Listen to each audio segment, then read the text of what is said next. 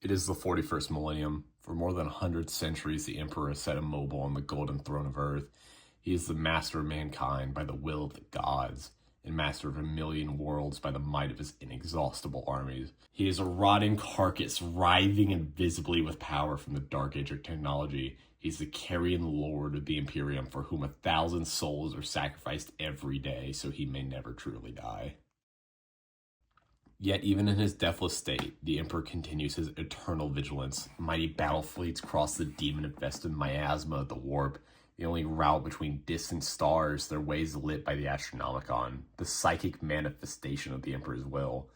Vast armies give battle in his name on uncounted worlds. And greatest amongst his soldiers are the Adeptus Astartes, the Space Marines.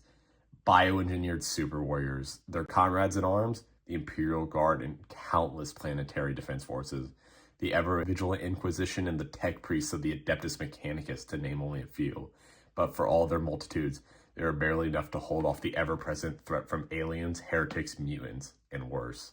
To be a man in such times is to be one amongst untold billions. It is to live in the cruelest and most bloody regime imaginable. These are the tales of those times. Forget the power of technology and science, for so much has been forgotten, never to be relearned. Forget the promise of progress and understanding. For in the grim darkness of the far future, there is only war. There is no peace amongst the stars, only an eternity of carnage and slaughter and the laughter of thirsting gods. Khazarkin by Eduardo Albert is a story following a group of Khazarkin, elite Cadian special forces. The planet of Cadia has since fallen to the War Master Abaddon's 13th Black Crusade, but the Cadians still fight on. Whether it's distant armies or scattered remnants of Khazarkin or Cadian shock troops, they still fight on to this day. But despite Cadia's destruction, there are still countless regiments about, whether they fled off worlds just before the planet cracked beneath them, or fighting distant battles long far away and had no chance of helping on Cadia itself.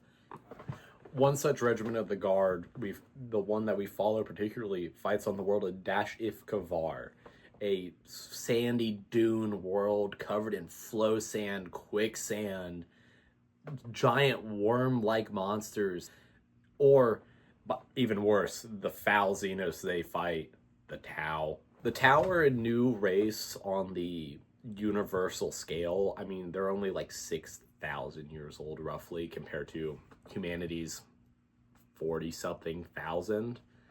So they still believe in, oh, we can fight in the peace and greater good of the world. When they're fighting this,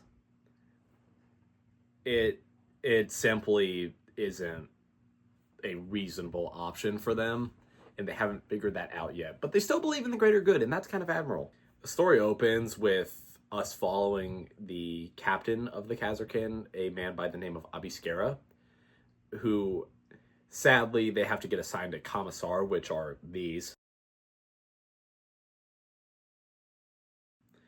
And they get tasked with going into the Great Sand Sea, an area of weird Auspex manipulation. Auspex being their version of like radios and GPS.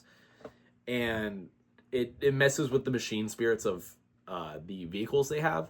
Despite all these setbacks, they're still given the task of finding General Iatessa, a high-ranking general under the Lord Militant's command. And along their journey to find this general, they must overcome various obstacles, such as dealing with the native populations, fighting the Tau forces that have come to capture the general for themselves, or unknown other Xenos forces that neither of them knew at the time. And they must face themselves with the question of, what is a more sustainable option? Duty and the drive to achieve the mission, or survival?